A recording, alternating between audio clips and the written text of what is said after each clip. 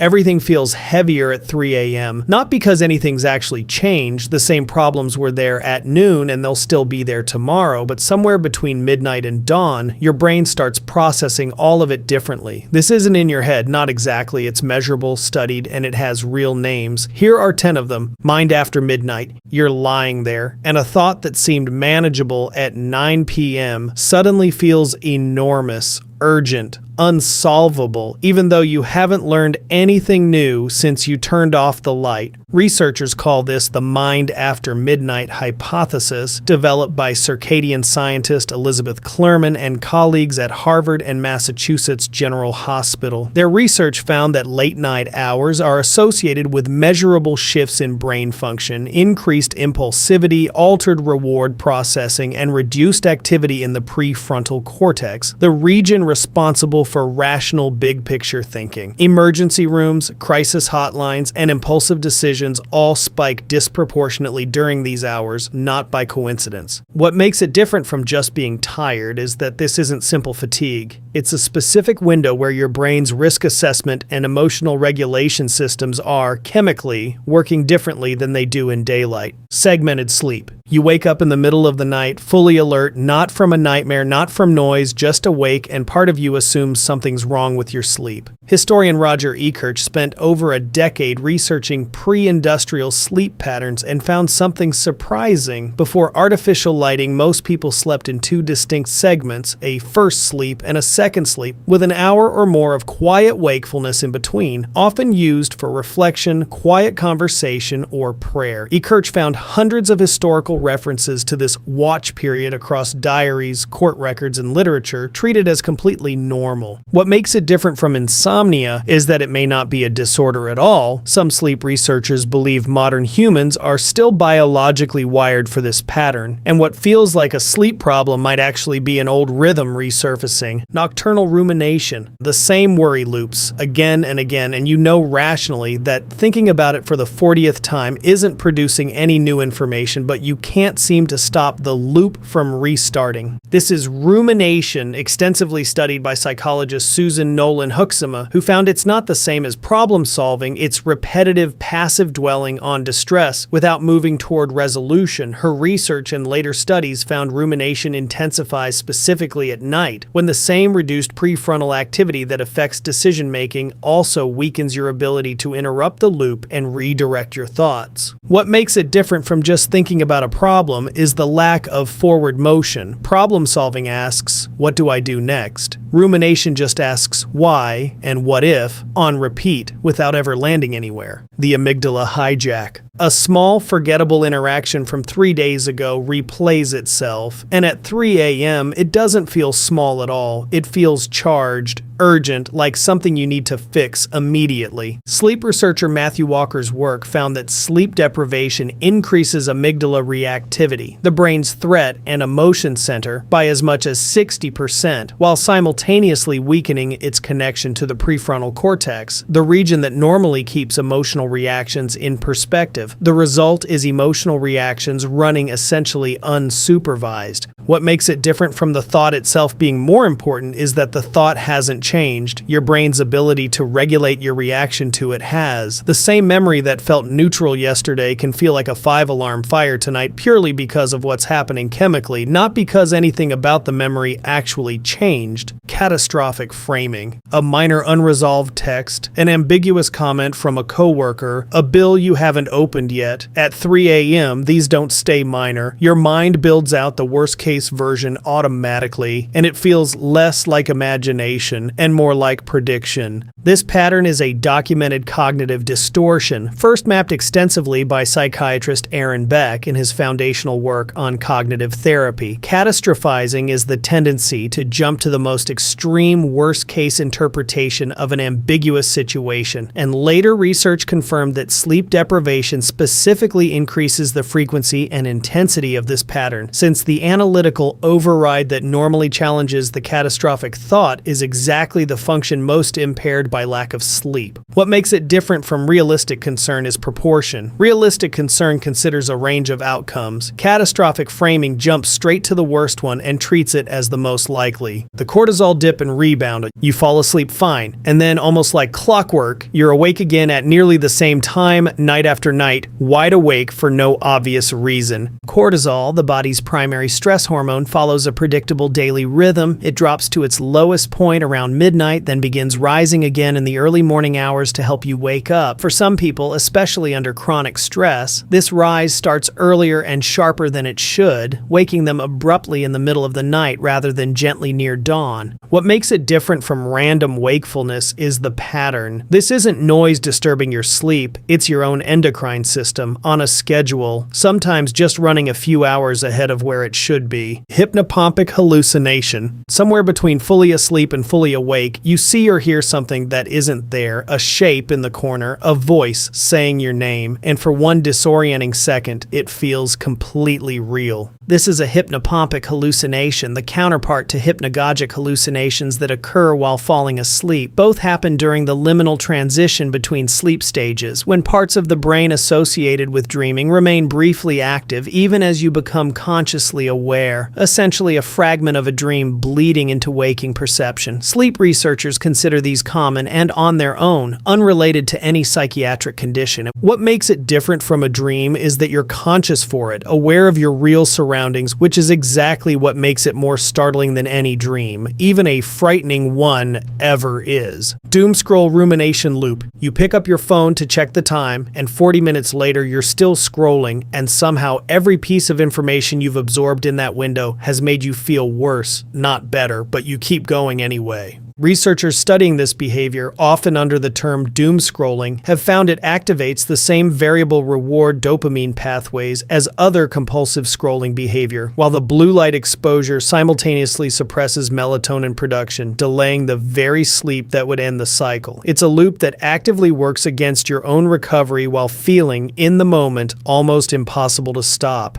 What makes it different from ordinary scrolling is timing and intent. You're not seeking information anymore. You're seeking a stopping point that the format itself is specifically designed not to give you. Mortality Salience. Out of nowhere, a thought about death, not yours specifically, or maybe yours specifically, just the sheer fact of it, and it lands harder at 3 a.m. than it ever would over morning coffee. Psychologists Sheldon Solomon, Jeff Greenberg, and Tom Pyszczynski developed terror management theory, building on philosopher Ernest Becker's work, and found that awareness of mortality, what they call mortality salience, intensifies significantly under conditions of low stimulation and reduced distraction, exactly the conditions of a dark, silent room at 3 a.m. when there's nothing left competing for your attention. What makes it different from being sad is that it's not really an emotion. It's closer to a fact suddenly becoming vivid and unavoidable instead of comfortably abstract, the way it usually stays during a normal day. Peak Nocturnal Loneliness. The room is the same as it was 6 hours ago, but it feels different now, quieter in a way that presses on you, and even people who live with others often describe this exact hour as the loneliest part of the day. Loneliness researchers have found that subjective loneliness follows a daily rhythm of its own, typically peaking in the evening and overnight hours when the day's distractions, obligations, and social contact have fully stopped and there's nothing left to buffer the feeling of being, at least for now, entirely on your own with your thoughts. There isn't one clean clinical name for this specific peak, only for the daily pattern behind it, but nearly everyone recognizes the exact hour it arrives. And by morning, for reasons science still doesn't fully explain, it's almost always gone.